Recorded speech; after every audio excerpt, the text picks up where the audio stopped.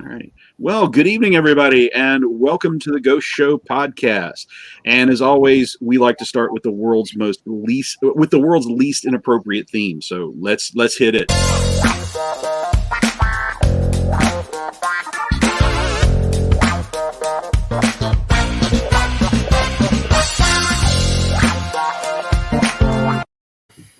Yes, longtime movie fans will recognize that as the theme from Dracula and the Temple of Funk. Drive-in favorite. That should have been. Yes.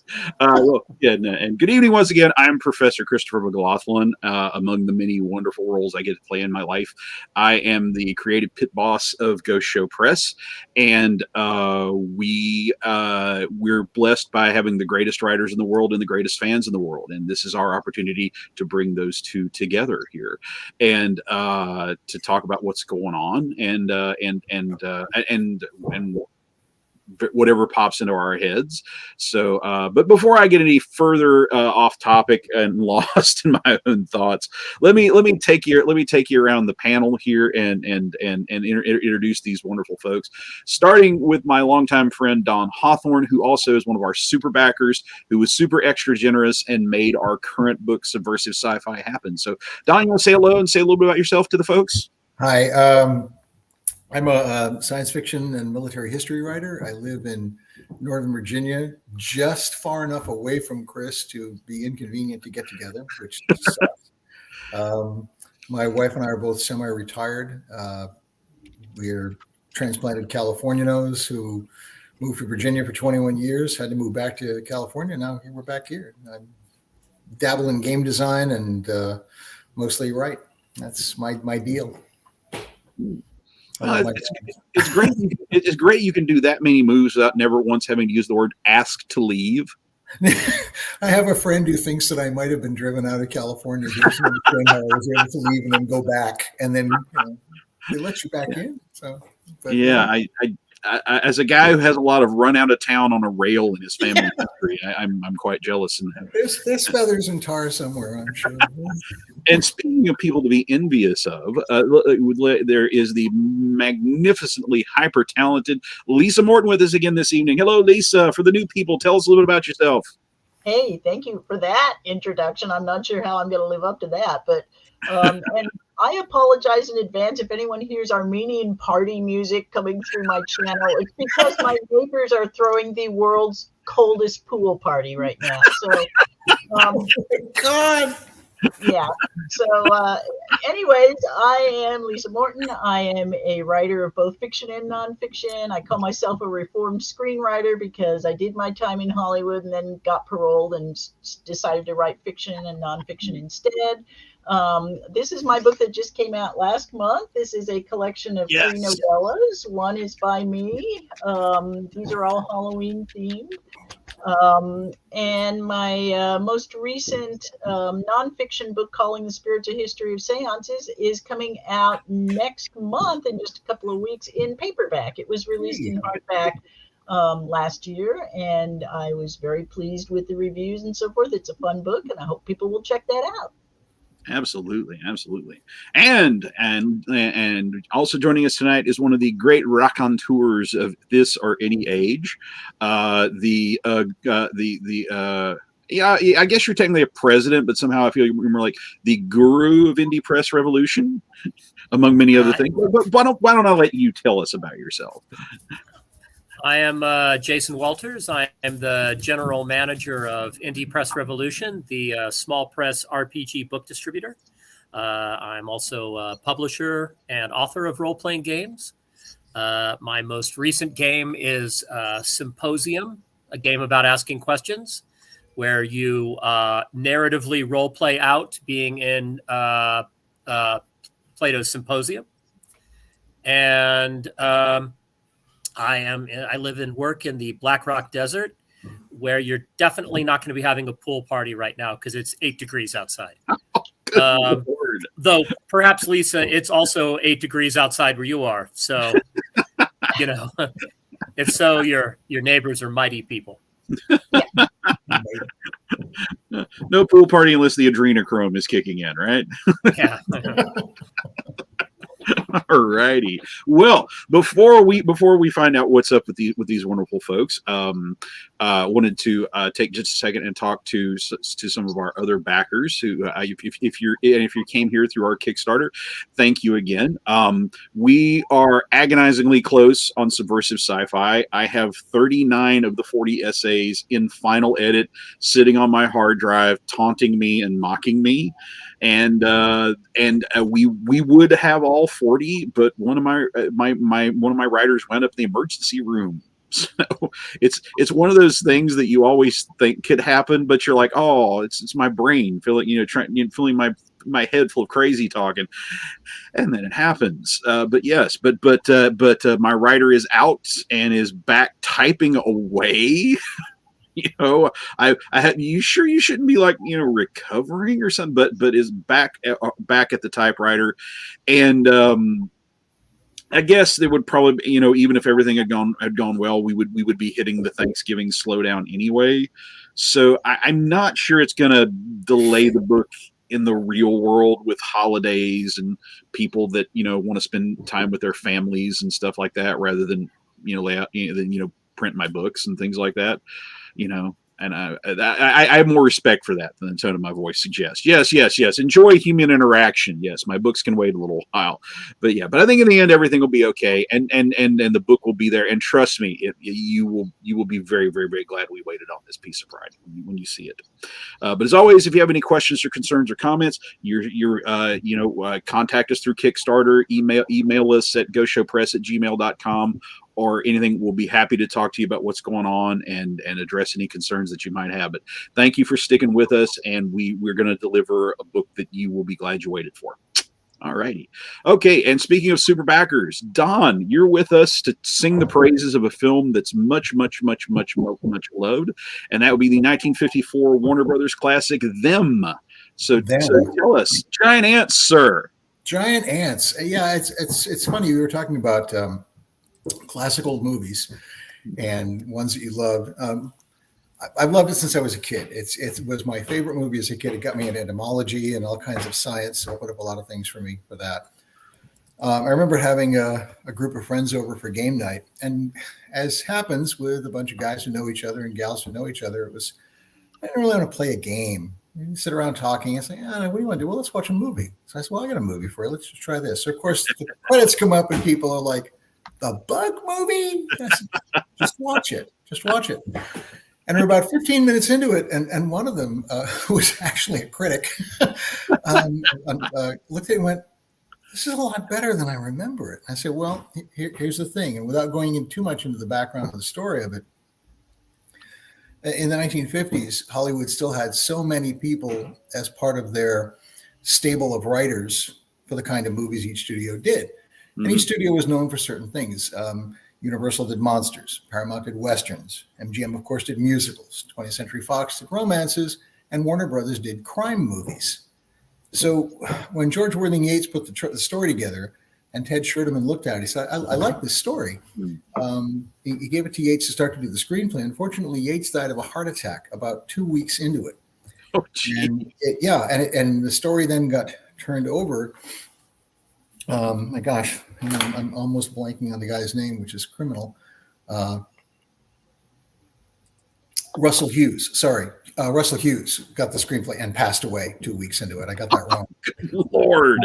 So George Worthing Yates was still alive. But Ted Sherman took it over. He'd been a line producer at Warner Brothers. And of course, Warner Brothers was known for crime movies. So when he did the screenplay, he basically turned it into what we think of today as a police procedural.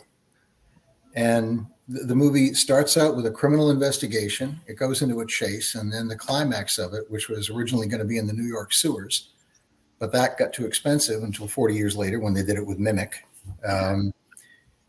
They moved it into the storm drains in Los Angeles, which I think Ted Stafford, I believe, is a writer at TMC, and he pointed out is a much better setting because it's much more claustrophobic. But in the early part of the movie, the real genius of it, to me, is that as you're watching it, especially if you don't know, but even if you do know, the way the story is laid out, and this is so rarely done in movies anymore, the little pieces of evidence, the little girl wandering in the desert, that's an immediate sense of pathos and concern for her. The family destroyed by what's going on. There's that mystery that's set up. Scouring his hands through things, and there's ants in piles of sugar and on sugar cubes. So there's little clues and hints going on. This wonderful little bit of foreshadowing. But as the story goes on and the pieces get put together of what's happening and what's doing it and what it can't be, it's an interesting back-end diagnosis, because by the time that creature comes up over the hill after the female character, who I want to touch on in a minute as well, not only are you ready for it as the audience, your willing suspension of disbelief is so primed, you're not only ready to believe it's giant ants, you look and you say, it couldn't have been anything else. You're completely hooked. You're ready to dive into it and just go, okay, I completely get it. And the character of Pat Medford is wonderful. She's really the first really strong woman character in science fiction. They're ahead of Princess Leia. They're ahead of Ripley. I love dogs. Mine's back here. No, she's ahead of Ripley. And she takes over these two, the state police officer, the FBI agent, these veterans that are all protective of her. She's like, that's nice. We're going down into the nest. Oh, you can't go into the nest. You don't know what to look for. You're an idiot. You're going to follow me. We're going into the nest. And at that point, she becomes the Ant Queen with her warriors. And she's raiding the enemy queen's nest. And she realizes there's the problem. When she turns them and says, okay, destroy everything. And anybody sitting there is like, my wife doesn't talk that way. Like, burn everything. I mean, she's just as gutsy. Well, mine does. But and she never loses that. So you have that great guy. Edmund Gwenn, of course, you're immediately going to go, it's Santa. He's great. You got to protect him. And it really does. It still holds up, which is remarkable, considering the special effects of the day compared to today. The original director for it, Gordon Douglas, when he first read the script, he thought it'd be a great vehicle for Jerry Lewis and Dean Martin, because he'd come from Hal Roach comedies and our gang comedies. But he looked at it and said, okay, I get it. I look at this screenplay, and he'd also directed spy and crime thrillers. So that pacing, that wonderful black and white to it, and that great pacing to it is just, that's Douglas's experience from a studio system, which was really kind of starting to peter out, but it left us these stables of writers and directors and producers who were brilliant with black and white, because them was originally supposed to be widescreen 3D color, which is why if you look at it, it comes up in the title, Splash comes up in red and blue and like zooms into the camera at you. Jack Warner didn't want to do it, and he was getting ready to sell the script to 20th Century Fox. The line producer, Walter McEwen, saw what Fox was willing to pay for it. He said, we're crazy. If Fox is going to pay this for it, we need to keep it and do it here. And it was actually Warner Brothers' biggest moneymaker for 1954. Them comes out in summer of 54. Godzilla doesn't come out in Japan till November of that year. So it really was the first of its kind. And if you watch it, and we noticed this the other night, and I've since seen other things online about it, but as they're going down into the ant nest and Pat Medford is leading them, you see where Cameron used so much of it for Aliens. A lot of that scene of fighting through it, her character, becoming the queen, and even if the special effects weren't adequate, which they are more than adequate for their time.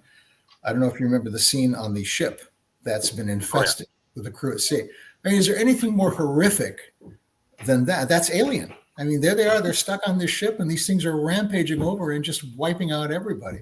They pull two guys out of the water, and the heavy cruiser is like, we can't put anybody aboard.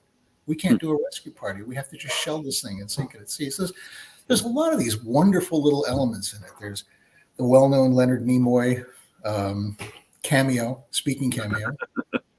There's the lesser well, and if you blink, you'll miss him. Dick York is in the movie too. James Arness, who'd come off The Thing, I think maybe 3 or 4 years earlier when his career was taking off. Fess Parker, who got his gig as Davy Crockett. When Disney watched the movie looking for Davy Crockett, he wanted to see James Arness, but he saw Fess Parker and said, "Oh no, forget that." So I always wondered if you're familiar with the movie.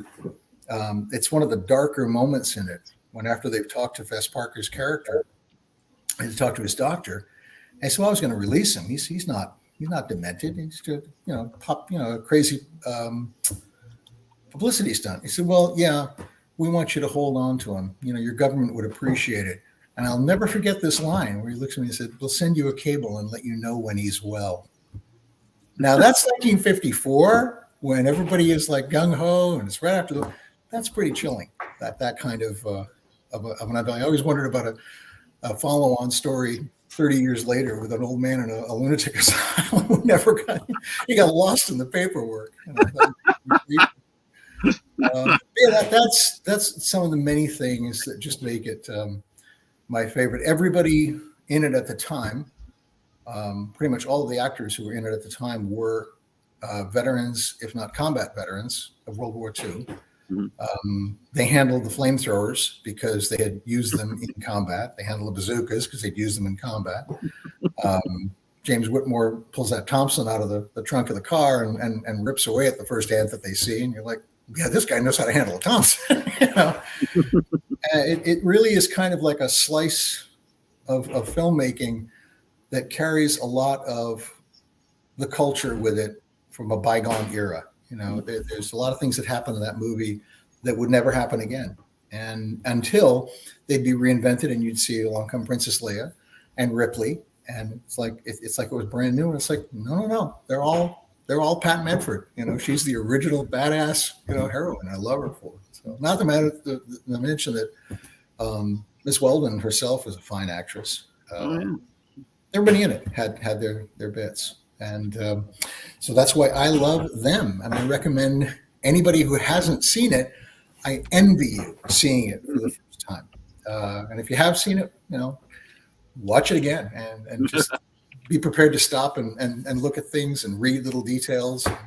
Oh, the last thing I noticed the other night was the sheriff that it takes place in is the sheriff of Otero County in Nevada, which is actually very close to Alamogordo where the atomic tests were. So there was an ethos to making it as accurate as they could, given that it's that one. I think the word is verisimilitude when you put as much verifiable detail into something as you can to help with that suspension of disbelief, and them has it in spades. It's a lovely movie, and it's really it's just as good as you want to believe it is, I think. So that's me. that's my movie love speech.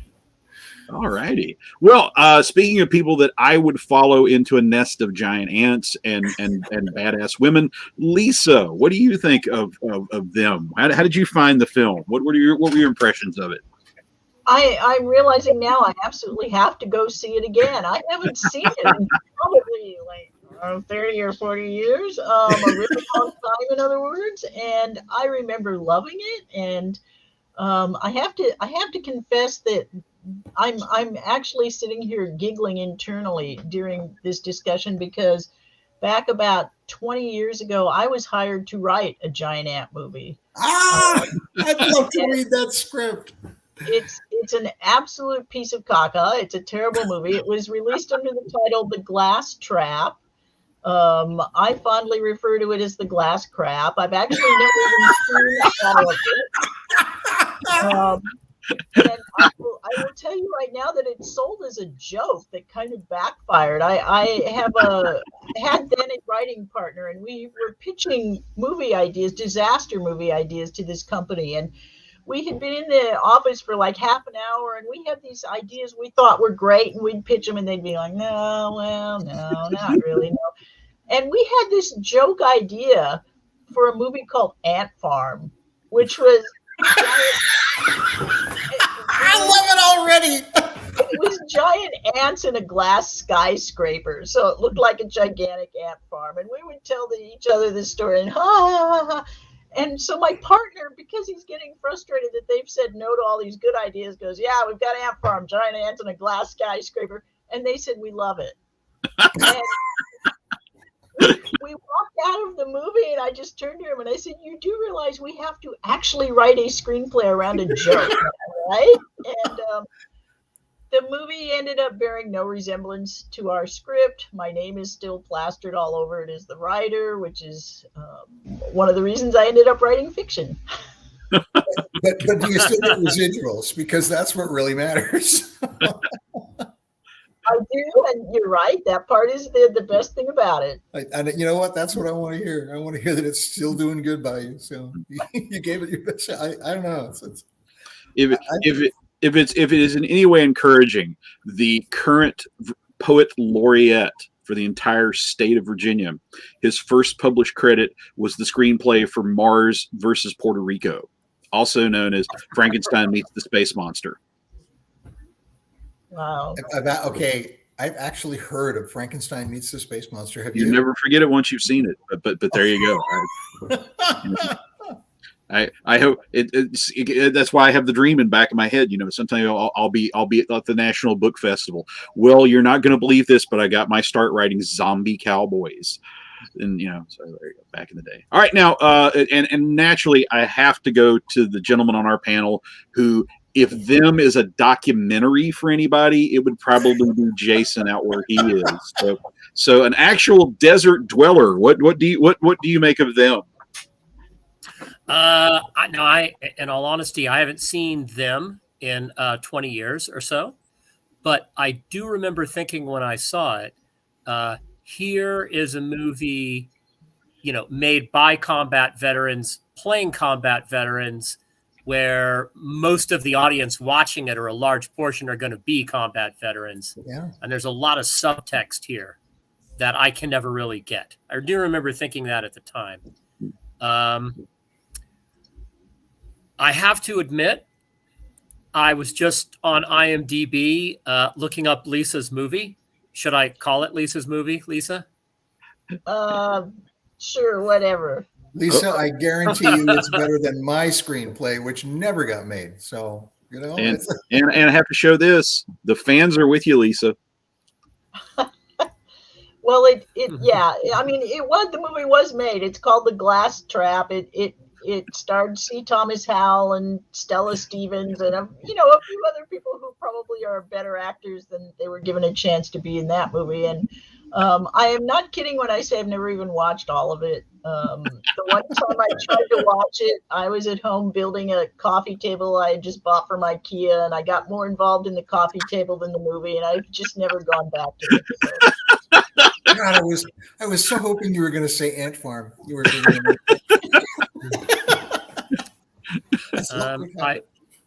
Yes, I Jason. will tell the watchers that the place I live does not so much look like the set of them as a cross between the set of Tremors and the Woodstock documentary, because I live where they hold Burning Man. They literally hold it several miles from my window that way.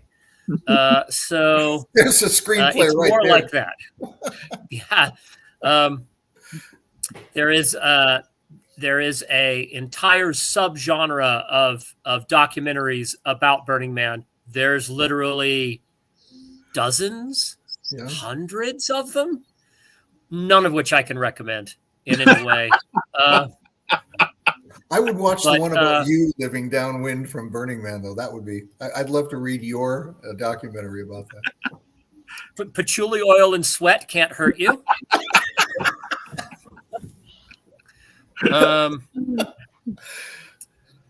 I will say that that Burning Man, the festival, does overlap hunting season in northern Nevada, and for many years there was a roadside taxidermist who would come and set up his shop with big meat hooks and everything right on the edge of the road that you had to drive through to get into Burning Man.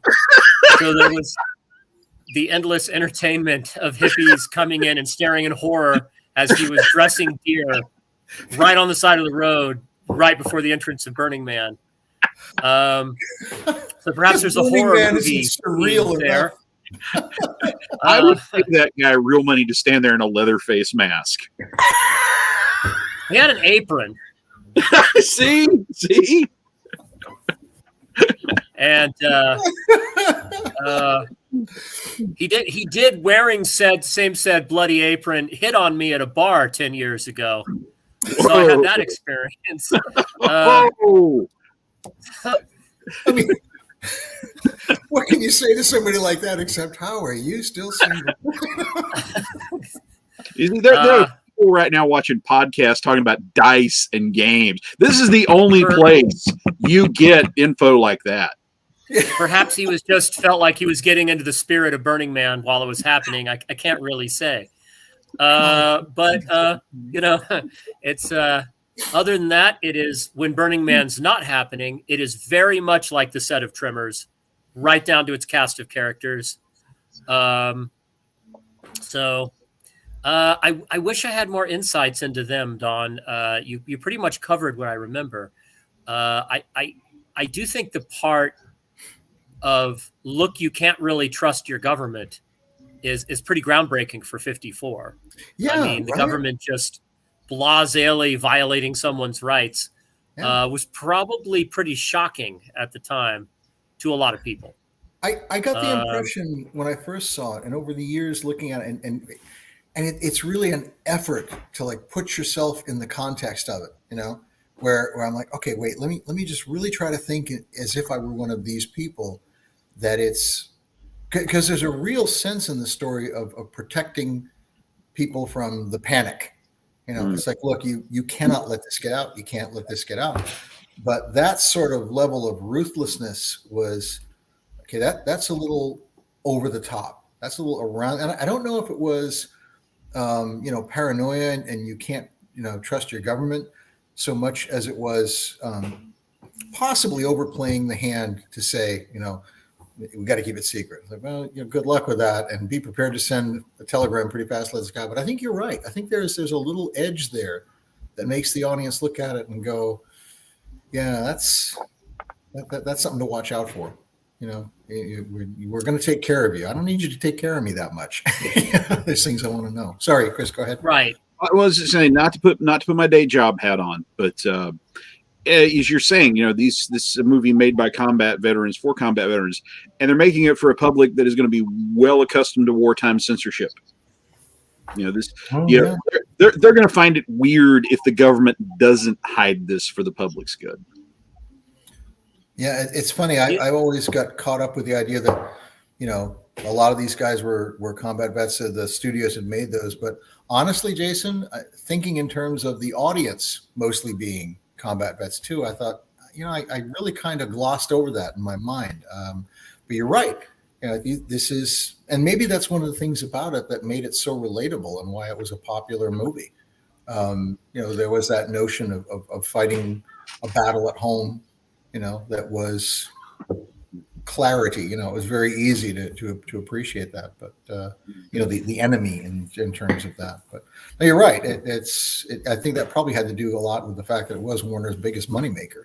People could go and see it, and it was probably a cathartic way of looking at combat for a lot of them. But I mean, that's a generation that, I was born in 1956, so it's 2 years before I even came into the world.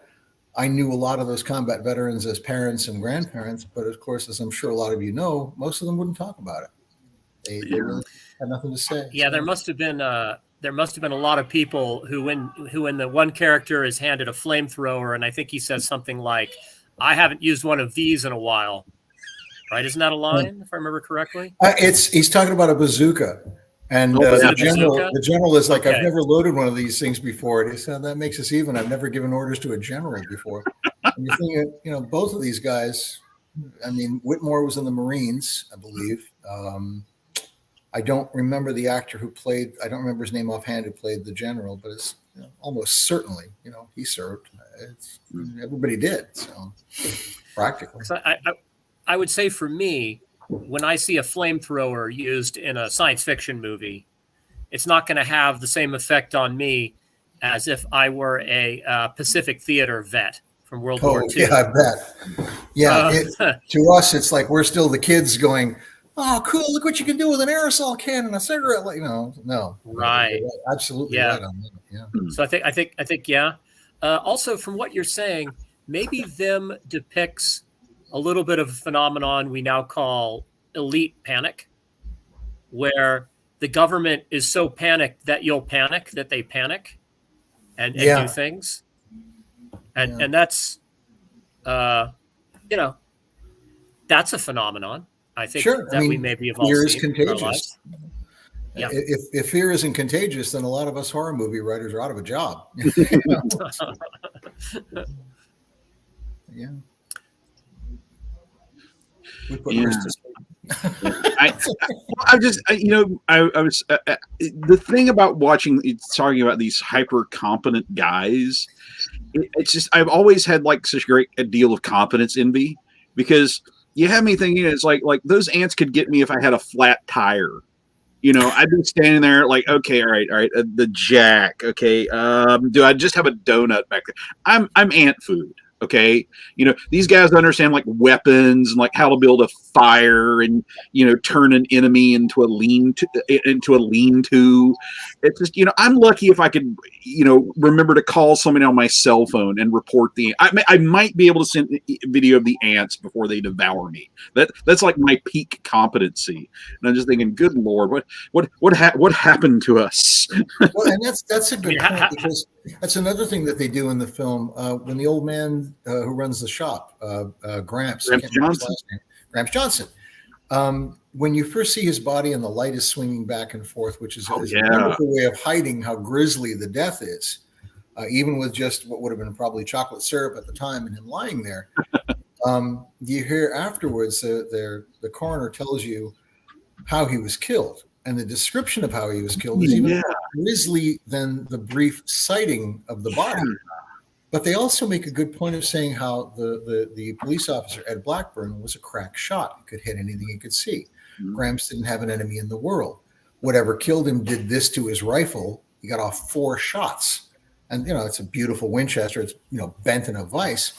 But you're right. And that's part of setting up the horror of and the toughness of the opponent that these characters of high competency are about to face, that their competency, their expertise counts for nothing. It's a crack shot. Well, that's okay. This thing's armored like a battleship. So what? So that is part of setting up the horror of the story.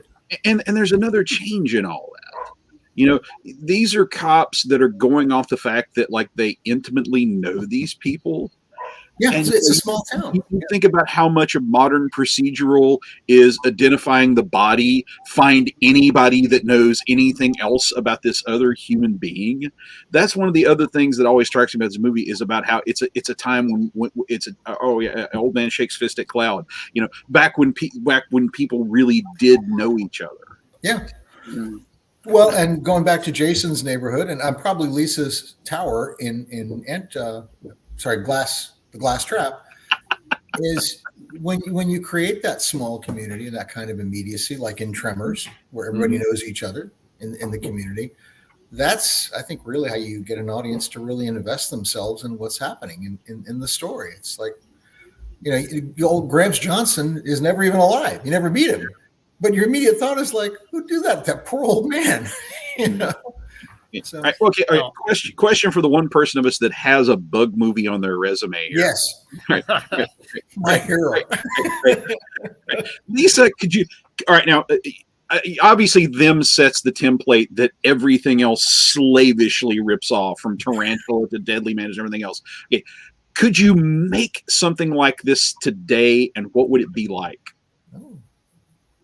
They should just remake them, it would be cool to do right. Obviously they probably wouldn't do it right, but there have been a couple of movies that from the 50s that I have thought they should remake with the new CGI, and it could be really great. Them is one of them. And obviously for years they've talked about remaking The Creature from the Black Lagoon, and I always hoped maybe somebody would do Forbidden Planet right, but wow.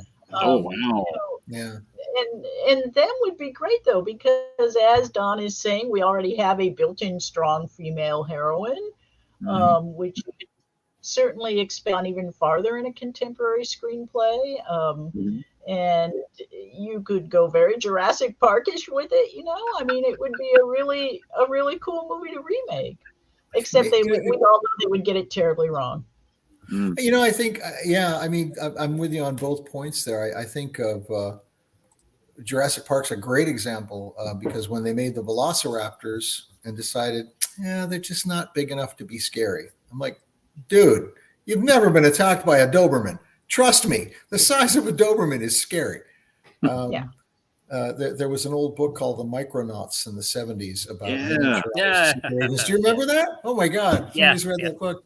And there's a brief scene in it where the human agents that have been miniaturized, one of them, of course, is a double agent, and he's set up the rest of the team to be killed, and he's watching them through binoculars, and he feels this pressure on his leg, and he doesn't pay any attention to it. He goes to brush it away, and it's an ant.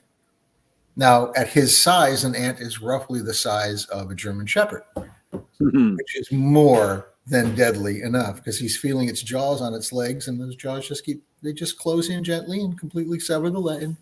And the horror of the scene is so matter of fact that, you know, when they carry the rest of the ants come over and they all carry them off to the nest, you're just like, you know. But there's other things that would be interesting in a remake. I mean, in 54, we didn't know how ants communicated. We thought it was a kind of a radar. You know, now we know that it's chemical pheromones. We know that they have about 85 signals. So we're fluent in ant if we want to be, which is kind of interesting. I also, in the movie Them, they don't make real notice of the fact that except for the drones, all ants are female. All of them.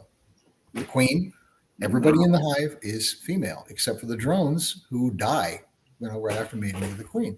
So that's what made, like I said, that's what made, for me, Pat Medford's descent into the enemy queen's nest such an obvious metaphor. I'm like, oh my God, there she is with her 2 soldier ants, you know, with flamethrowers. And it's a great flip in the story. So yeah, and you're right, Lisa. That's the other thing is like, yes, they could redo it, and they could do a much better job of so many other things.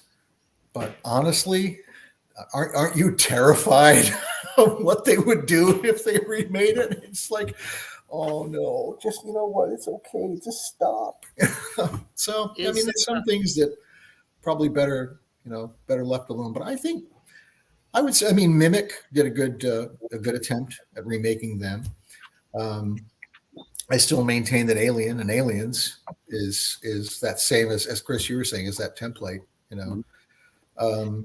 It used to have 100% rating on Rotten Tomatoes, and a Spanish reviewer kind of tore it apart and said, well, you know, it's really great until it gets like you meet the creatures, and then it just goes into completely conventional territory. And I hit the roof and I said, dude, when you're the first one to do something, you are the convention. And you're knocking it for nothing. And damn if he didn't drop it down to 97%. I'll never forgive him. You know, you kept talking. We've been talking about Them not done well, and the first thing that popped into my mind was Empire of the Ants. I've never seen it. Oh, well, it's kind of Joan Collins getting warmed up for all her Dynasty characters. She's trying to sell this like crappy home division to a bunch of suckers, and little do they know that it's like toxic waste has mutated the ants, which I think is probably what they would do in a remake. And they play up the pheromone communication because it gives the ants mind control. And it's actually a pretty good twist when the characters escape the immediate danger of getting eaten by the ants. They go to this small town and they think they're safe, but the queen ant has like pheromone mind controlled everybody in town. And the most surreal moment in for me is like the legendary cowboy star Albert Salmi, who's the sheriff, talking about how we must obey the queen. She's beautiful and we love her. She has a plan for us all. And it's like right in that sweet spot between creepy and hilarious. It's just as if phase 4 never happened. Yes. I think that's your template for doing Them wrong. Yeah, I've never seen it. The only thing I could say about it from the stills that I saw, I thought, well, at least they got that the ants don't have to be really, really big to be really, really dangerous and scary. So. And I saw pictures from a convention where Joan Collins, God bless her, will still sign an Empire of the Ants photo for you. So, yeah, God bless her. I met James Whitmore in the bookstore where I worked in years and years ago. Oh, wow. Yeah, it was one. I worked in a bookstore in North Hollywood, so they all came through the area, and he came in. I'm just like freaking out, And I'd seen him on stage as Will Rogers tonight, and I'd seen him on stage as Truman. I said, but I've got to admit to you, Mr. Whitmore. And I started talking to him about them, and he just cracked up. He was the sweetest man. I mean, so down to earth and nice, and just a lovely person. And he was like, yeah, you know what? Most people remember me from them. And he said, I'm okay with that. I don't mind that at all. It's better to be remembered than for them than forgotten for something else. But yeah, it was neat. Wow. Okay. Have two thoughts, if I may. Yeah, sure, please. So in a real sense, is the movie Cloverfield perhaps the opposite of them? Everything's documented. You get to see everything. Yeah, that's a good point. Main characters have no agency. They can't affect anything. They can't effectively fight back. All they can do is constantly document, be in terror, and run, and never fight back. Is that the nature of horror now? Is the helplessness of the protagonist rather than the ability? But constantly documenting everything online while you're helpless. That's brilliant. Yeah, no, I think that's a that's a great observation. And my the anti-them is, it's the anti-them. Yeah. Speaking of giant mutated monster movies, have any of you had the privilege of seeing Shin Godzilla? Yes, I have not, but I understand it's quite good. It's amazing in that the horror of the movie is not Godzilla, though the Godzilla in Shin Godzilla is a beautiful homage to the original 1950s Godzilla. I mean, it's just, the monster is amazing. The horror of the movie is having to have meetings about meetings, because the horror of the movie is Japanese society, because they can't fight back until they have endless meetings about meetings, no matter how many people die. And you have to sit through the meetings with them while people are dying and cities are being destroyed, while they go through the careful hierarchical structure of Japanese government and committee meetings and creating new committees. And the second horror of the film is Americans.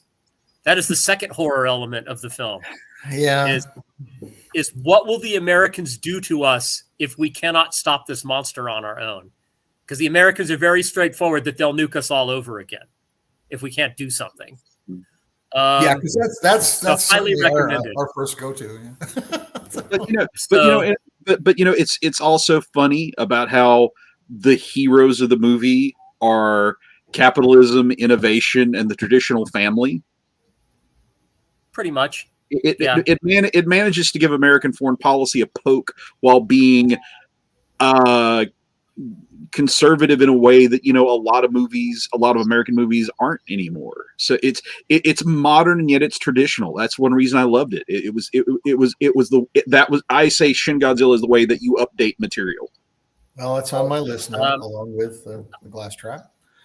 I'm greatly looking forward to Shin Ultraman, which there is no way for me to see at this point. It's just not been released in any way in the United States or streaming or anything that I can find. But if you're familiar with that original series from the 1964, my brother, loved it. My kid brother loved it. I do have an appeal. They've re-examined Ultraman as well, so looking forward to it. But also, the monster is truly frightening in Shin Godzilla. It's really frightening. I mean, it's scary. Godzilla is very frightening. It's like if you could go back and do the 1930s original James Whale Frankenstein, use the same costume and have it be scary again and not camp. Yeah, that's kind of what they managed to achieve. It's. What do you think, Professor? the costume's pretty freaky. Yeah, today they do it with more blood and more, but oh god, the original Frankenstein costume still pretty scary. It was No, especially for me when I twigged to the fact that the reason the top of his head was flat was because that was how they cut off the top to put in the brain. When I got that, I'm like, oh, I think I was 9 years old, and I'm like, that's just creepy. And we have to pause to show due respect for Lisa's masks. I know it. Yeah. As soon as you logged in, Lisa, I'm like, oh, I want to hear about these. Those are just those are actual vintage Halloween masks from I think the 60s. Frankenstein, his bride, yes. Oh, I mean, I can appreciate, because I remember how delicate they were then. Yeah. So here we are 60 years later. They must be just, I mean, God knows, don't put them on. But I recognize them too. Their elastic bands have long decayed, and they are now tied up there with string. But other than that, they are in amazingly good shape. I wouldn't put one on, partly because they are also probably really stinky inside. Yeah. Kid's breath, peanut butter breath. Right. And you've got pets too. I'm doubly impressed. Yes, there was one there. I actually have an appeal to them aficionados out there. Before I forget this, there's a scene in the original movie, and it's right after Dr. Medford shows the film explaining to that think tank in Washington about how dangerous these creatures are. He's using films from a concept piece called The Living Desert that the original filmmakers had made for Disney. So it's a nature film. And there was a segment in the original release of the film that was about 2 to 3 minutes long, which took place immediately after that scene, where they used either the film footage of a professor of myrmecology talking about the effects of radiation, atomic energy, on ants. The professor, whose name escapes me at the moment, sued Warner Brothers because the film was used without his permission, out of context, and he didn't want to be embarrassed by being associated with a silly Hollywood production. So it was excised from the film, but it's still out there somewhere. There's still a scene, and it's been taken from all of the movies, just like the open-sided ant with all the gears and everything has been covered up in the DVD release. But yeah, somewhere out there, somebody probably, because it's in private collections, it was in some of the first original VHS versions, but it's somewhere out there. So if anybody has it, I can't find it on YouTube, but I would love to see it if anybody has it or knows where to get it. So and if there are any film producers watching, I will totally endorse your wacky atomic ant film. I will swear on my tenure that this is completely scientifically plausible. Yeah, I mean, I completely believe it. So, all righty, and I feel obligated to speak up for my personal favorite character, longtime character actor Olin Howland, who I'm a Gen Xer, so growing up and every month or so in the household, hearing the words to live by, "Make me a sergeant and charge the booze." I'd like to think that him and Kurt Cobain were the spokesman for our generation. Years apart, different attitudes about life, but yeah, I feel like Gen X. That's been our contribution to civilization. Make us a sergeant and charge the booze. And he's the first man killed by the blob. Yes, he is. Yes, he is. Yes. To add to his resume, and shares a birthday with my wife. Oh, okay, cool, nice. And it's like one of the only impressions I can do. I won't torture you with it, but yes, other people can at least manage Mr. T and Christopher Walken. I have Olin Howland in my repertoire, and that's pretty much it. All righty. Well, all righty. So, all right. Well, I'll throw out might be a controversial topic. Are there any bug films that can hold a candle to the original them, or is this the beginning and the apex of the genre? Wow. Yeah. What do you think? I mean, I don't know what you guys think. I kind of think they hit it out of the park first time at bat. No, I always give a nudge up for Tarantula, because even though it's like pretty much put like trace paper up and throw it in the disfigurement angle where, you know, Leo G. Carroll has that increasingly worse acromegaly, you know, and you make it more, you throw in that body horror element of it. Yeah. I thought, this is enough to make this a different kind of creepy than just giant tarantula eating your town. Yes. So I always feel good that Tarantula tried to mix it up at least a little bit. Yeah, that storyline is. In fact, I haven't seen it in decades. I've never seen it all the way through uninterrupted, but I do remember reading the synopsis of it. I'm like, oh, this is a pretty solid storyline. Looking at it, I'm like, this isn't bad. I don't know about bugs, but there's another one. I think it's an Italian American movie called Caltiki, the Immortal Monster. Okay. And that's another one where you start watching it, you read the synopsis, and you're like, this movie needs a remake. This is a creepy concept, you know, that every 800 years or so, or whatever area that it's in, this meteor comes through the system and its radiation wakes this thing up.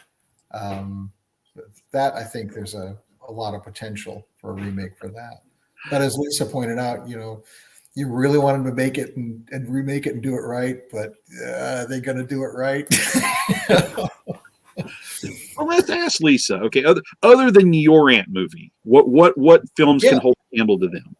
Which is deeply horrifying for other reasons. I am going to point not to a movie, but to a television episode of The Outer Limits called The Zanti Misfits. Oh, yes! It scared the crap out of a lot of us when we were very young. And is kind of like, a Chihuahua-sized ants with human faces. That's just, the whole thing is somehow just deeply disturbing. It's the faces. Especially for a little kid, too, you know? Yeah, right, yeah. Oh, man. I mean, my dad is one of those guys from his generation. He's afraid of nothing except yellow jackets. You know, he and his brother stepped on a nest when they were blueberrying. They were in the hospital for like 2 weeks. And to this day, like a wasp or something in the house, he's like, Donald, deal with it. You know? I understand that. I mean, completely. And that was the thing about the Zantis, is they're painted, even though it's black and white, they look like wasps without wings. And, oh yeah, and that human face, that is, talk about body horror. Oh yeah. Well, Jason, do you have a favorite bug movie that we might be able to put in the conversation with them?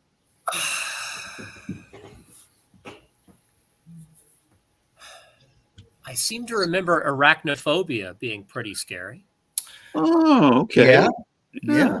That is, and filmed in like one of my favorite places too, Cambria.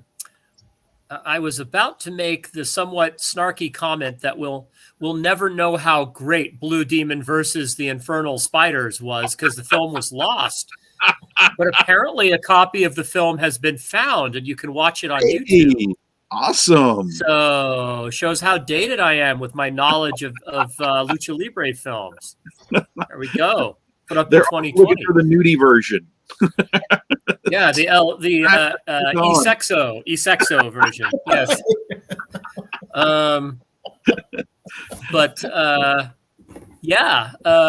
Now I find to my delight that I should not only rewatch them, but I'll be able to see Blue Demon versus the Infernal Spiders. So a big night in the Walters household. I just hope they're actual spiders. No, they're spiders disguised as human beings. So apparently at some point they turn into spiders. Cheating. I don't know. Oh, actually, supposedly they're spiders disguised as aliens disguised as human beings. So we'll just have to see how it works out. Mexican cinema of the 1950s and 60s. It's hard to beat. Yeah. It really is a lot of fun. Highly recommended, especially horror. Very fun. Yeah, I can't think of any other movies that are predominantly bugs, but I can sure think of a lot of movies that when the giant bug shows up, like the honeybee in Mysterious Island, you know. Oh yeah. There's definitely I'm really screwed factor now. If you're the characters, it's like, okay, we're not talking our way out of this one. And of course, I mean, another flip, another anti-them, arguably, I guess, would be Cronenberg's The Fly. Where here the insect is from the inside out. Yes. That's a movie for its own show. I mean, yes. And for more on The Fly, we're very blessed to have our very own Shannon Watkins opining at length about The Fly in Subversive Sci-Fi. So very soon, looking forward to sharing that with you, lovely people. Mm-hmm. All right, so we're down to our last 5 minutes, and so we need to be winding this up. So I'll go in reverse order. Jason, you want to talk about what you're working on? Some things we should be looking for coming from you as we enter the Christmas buying season. As a publisher, we're about to release a Champions supplement called the Institute for Human Advancement. They're not the good guys. I'll just put that out there. And also at Hero Games, we are working on our next project is a Victorian horror supplement called Gaslight. That's already been through our Patreon channel and been looked over by the fans, and that's going into production this coming week, into editing and layout. As for myself, I have a secret project I've been working on and off, which is a storytelling game that uses a BS-7T spirit box. Oh, wow. And the results have been hilarious and disturbing in playtesting. I think somebody already has a pull quote here. Hilarious and disturbing. Yeah. So we are currently at the IPR office playing around with a thing you're not supposed to play around with, which is using a spirit box as your fate mechanic in a storytelling game. Wow. So, it has such secrets to show you. Ooh. Yes. Lisa, what can we look forward to coming from you in the next few months or so? Well, of course, I now want to say, what a coincidence. I'm also writing my next book based on a spirit box. But wow. I won't lie and say that. 2022 has been my year of the coffee table art book. I've been working all year on a gigantic book called The Art of the Zombie Movie. It's been really, really fun. It's been a gigantic learning experience because it's my first art book, and it will be out in the fall of 2023 from Applause Books. It's about 3/4 done now. We have chosen the 512 illustrations, 256-page book, and I'm just now writing all the captions. So, all right. I'm glad you reminded me of that because I had something I had to thank you for. I saw you putting in the mention for Ray Dennis Steckler's The Incredibly Strange Creatures Who Stopped Living and Became Mixed Up Zombies. And I had just gotten my autographed by Carolyn Brandt poster. And you made me feel like I hadn't wasted my money and my life. Yeah. So thank you. So thank you for making me feel better about what I'm doing with the good people of the city's money. Excellent. I can't. And kidding aside, kidding aside, I can't wait to see the book. That looks really sounds great. Yeah. Right. And Don, anything you want to talk about before we wrap things up? My writing partner John Carr and I have been doing a series, like I mentioned, the braided novel series called War World. We are up to, I think, let me see, we're up to about volume 10 now, and our newest one is out. They're available from Pequod Press. Another one coming out from that after that one. And there's my alarm notice. I have another one of those coming out after that. John and I have been doing these for many years now. We've resurrected the line, rebooted it, and we're very very happy with it. They're good books. It's mostly combat SF with a strong socio-political bent to it.